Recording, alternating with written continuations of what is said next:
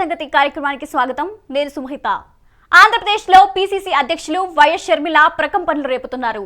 ఉత్తరాంధ్రలో ప్రకటించిన ప్రతి చోట ప్రభుత్వం మీద విరుచుకుపడుతున్నారు. ముఖ్యమంత్రి వైఎస్ జగన్ మీదే నేరుగా విమర్శలు ఎక్కుపెట్టడంతో రాజకీయ వేడి అంతంతకు పెరుగుతోంది. దీంతో షర్మిలను ప్రత్యేకంగా భావించాలని వైసీపీ శ్రేణులు నిర్ధారణకు వచ్చాయి. తెలంగాణలో ఎంపీ టికెట్ల కోసం డిమాండ్ పెరుగుతోంది.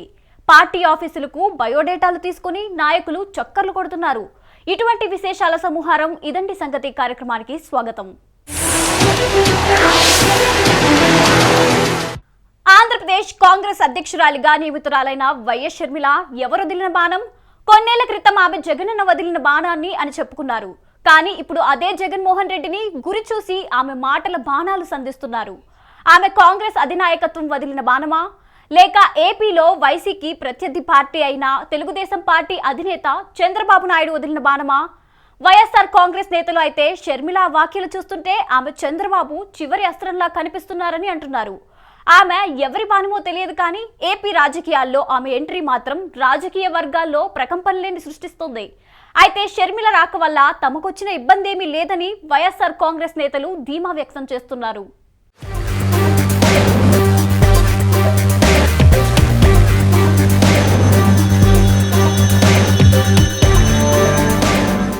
ఏపీ పీసీసీ అధ్యక్షురాలిగా ప్రమాణ స్వీకారం చేసిన తర్వాత తొలి ప్రసంగంలోనే వైఎస్ షర్మిల సంచలన వ్యాఖ్యలు చేశారు. ఆంధ్రప్రదేశ్కు ప్రత్యేక హోదా తీసుకురావడంలో వైఎస్ఆర్ కాంగ్రెస్ తో పాటు తెలుగుదేశం పార్టీ కూడా ఘోరంగా విఫలమైందని ఆమె ధ్వజమెత్తారు. ముఖ్యమంత్రి అయిన తర్వాత స్పెషల్ స్టేటస్ కోసం చంద్రబాబు గారు ఎప్పుడైనా ఒక్కటైనా నిజమైన ఉద్యమం చేశారా అంటే చేయలేదు. చేయకపోగా ఉద్యమం చేసే వాళ్ళ మీద కేసులు పెట్టారు, వాళ్ళను జైల్లో కూడా పెట్టాడు చంద్రబాబు గారు. ఆఖరికి జగన్ రెడ్డి గారు ముఖ్యమంత్రి అయిన తర్వాత నిజమైన ఉద్యమం చేశాడా స్పెషల్ స్టేటస్ కోసం? స్వలాభం కోసం రాష్ట్ర ప్రయోజనాలను తాకట్టు పెట్టింది వైసీపీ. ఉన్న ప్రభుత్వమైనా ప్రతిపక్షమైనా ఒక్కటంటే ఒక్క నిజమైన ఉద్యమం చేసింది లేదు. ఈ రోజు మనకు స్పెషల్ స్టేటస్ లేదు అంటే ఆ పాపం ముమ్మాటికి చంద్రబాబు గారిది, ముమ్మాటికి జగన్ రెడ్డి గారిది.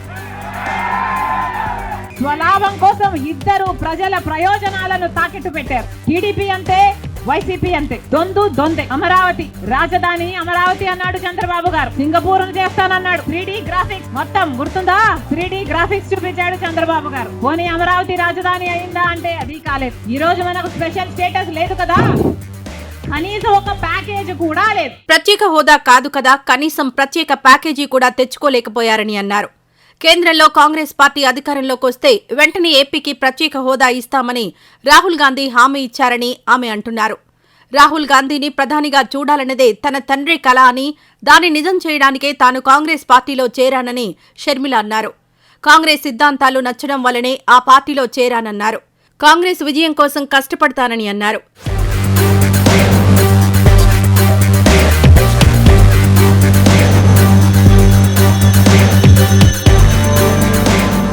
తెలంగాణలో రాజకీయాలు చేస్తానన్న షర్మిల అక్కడి నుంచి ఏపీకి షిఫ్ట్ అయ్యారు.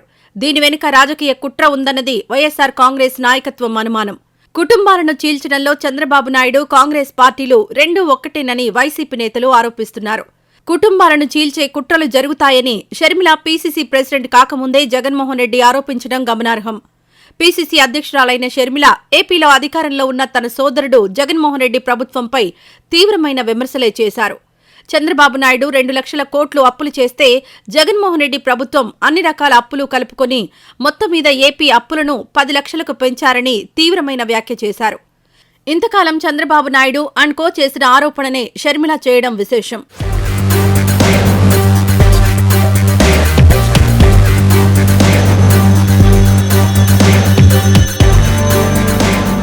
అప్పుల విషయం ఒకటే కాదు, రాజధానుల విషయంలోనూ షర్మిల వ్యాఖ్యలు చంద్రబాబు నాయుడు లైన్లోనే ఉన్నాయి. 3 రాజధానులు తెస్తామని ఒక్క రాజధాని కూడా తేలేకపోయారని, ఇప్పుడు ఏపీ ప్రజలను మీ రాజధాని ఏదంటే ఏం చెప్పాలో తెలియని దుస్థితి ఉందని షర్మిల విమర్శించారు.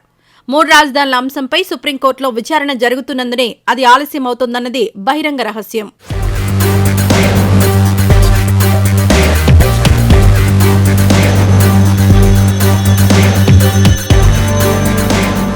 ఈ విషయం తనకేమీ తెలియదన్నట్లు షర్మిల వ్యాఖ్యానించడం చూస్తే ఖచ్చితంగా అది చంద్రబాబు కుట్రే కావచ్చునని వైసీపీ నేతలు భావిస్తున్నారు. లక్షల కోట్ల అప్పులు చేసినా అభివృద్ధి ఎక్కడా జరగలేదన్నారు. దళితులపై దాడులు చాలా దుర్మార్గంగా పెరిగిపోయాయని అన్నారు. రైతుల పరిస్థితి మరీ అధ్వానంగా ఉందన్నారు. పోలవరం ప్రాజెక్టుకు సంబంధించి తన తండ్రి వైఎస్సార్ హయాంలోనే కుడి ఎడమ కాలువల తవ్వకాలు పూర్తయితే ఆ తర్వాత చెప్పుకోదగ్గ పనులేవీ జరగకపోవడానికి చంద్రబాబు, జగన్మోహన్ రెడ్డి ఇద్దరూ కారణమే అన్నారు.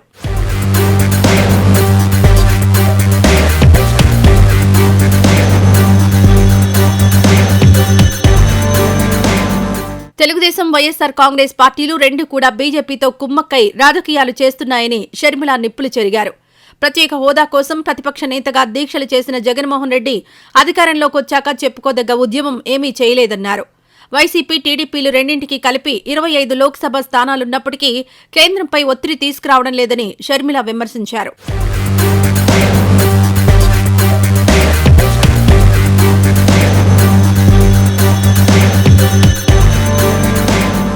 విశాఖ స్టీల్ ప్లాంట్ ప్రైవేటీకరణ, విజయవాడ మెట్రో, విభజన హామీలు ఏవీ కూడా వైసీపీ, టీడీపీలు సాధించలేకపోయాయన్నారు. కాంగ్రెస్ అధికారంలోకి వస్తేనే ఆంధ్రప్రదేశ్ అభివృద్ధికి బాటలు పడతాయని, అప్పుడే మంచి రోజులొస్తాయని ఆమె అన్నారు. షర్మిల చేసిన వ్యాఖ్యలు రెండు తెలుగు రాష్ట్రాల్లోనూ ప్రకంపనలే సృష్టించాయి. ఆమె తన సోదరుడిపై ఇంత ఘాటుగా విమర్శలు చేస్తారని ఎవరూ ఊహించలేదు. కానీ ఆమె నిర్మోహమాటంగా దుమ్ము దులిపేయడంపై చర్చ జరుగుతోంది.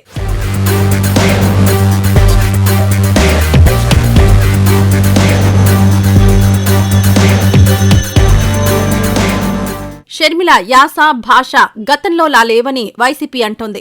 బహుశా ఆమె చంద్రబాబుకు ఆఖరి అస్త్రంగా పనిచేస్తున్నారేమో అని ప్రభుత్వ సలహాదారు సజ్జల రామకృష్ణారెడ్డి అనుమానం వ్యక్తం చేశారు. ఒక్కసారిగా భాష, యాస కూడా గత 10 ఏళ్లలో రాష్ట్రానికి ముక్కును బట్టి చంద్రబాబు నాయుడు రోజు ఏ డైలాగులు చెప్తాడు. నిన్నటి వరకు తెలంగాణలో ఏం చేశారు, అక్కడ నుంచి ఇప్పుడు హఠాత్తుగా ఇటువైపు ఎందుకు వచ్చారు? రాహుల్ గాంధీ గారిని ప్రధాని చేయాలనే లక్ష్యంతో ఆ పార్టీకి వచ్చి ఇక్కడొచ్చి ఆమె చేయగలిగింది. ఆమె లక్ష్యం రాహుల్ గాంధీ గారు చేయాలని ఇంకోటం కాదు, సిబిఎన్ చంద్రబాబు నాయుడు గారిని ముఖ్యమంత్రి చేయడం ఎట్లా అని. చంద్రబాబు నాయుడు ఏదైతే ఆయన టార్గెట్ పెట్టుకున్నారో ఆయనకున్న అన్ని అస్త్రాలను ప్రయోగించడంతో పాటు ఆఖరణ దీన్ని కూడా తీసుకుని ఎంతో కొంత వైఎస్ఆర్ అభిమానుల ఓట్లు కానీ ఇంకోటి కానీ ఏదైనా చీల్చడానికి ఉపయోగపడతాయి కదా. మైనారిటీలు కానీ, క్రిస్టియన్ మైనారిటీలు కానీ, దళితులు కానీ వీటి గురించే మాట్లాడే స్పీచ్ తయారు చేసుకుంటారు. కాంగ్రెస్ పార్టీ గురించి అసలు షర్మిలకు ఏం తెలుసునని ఆయన నిలదీశారు.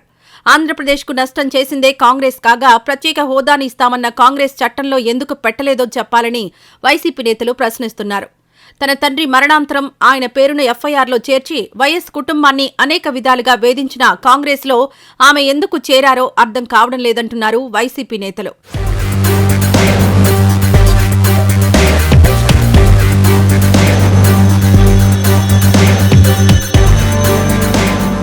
జగన్మోహన్ రెడ్డిపై అక్రమ కేసులు పెట్టామని అప్పటి సీనియర్ కాంగ్రెస్ నేత గులాం నబీ ఆజాదే ఒప్పుకున్నారని వైసీపీ గుర్తు చేస్తోంది.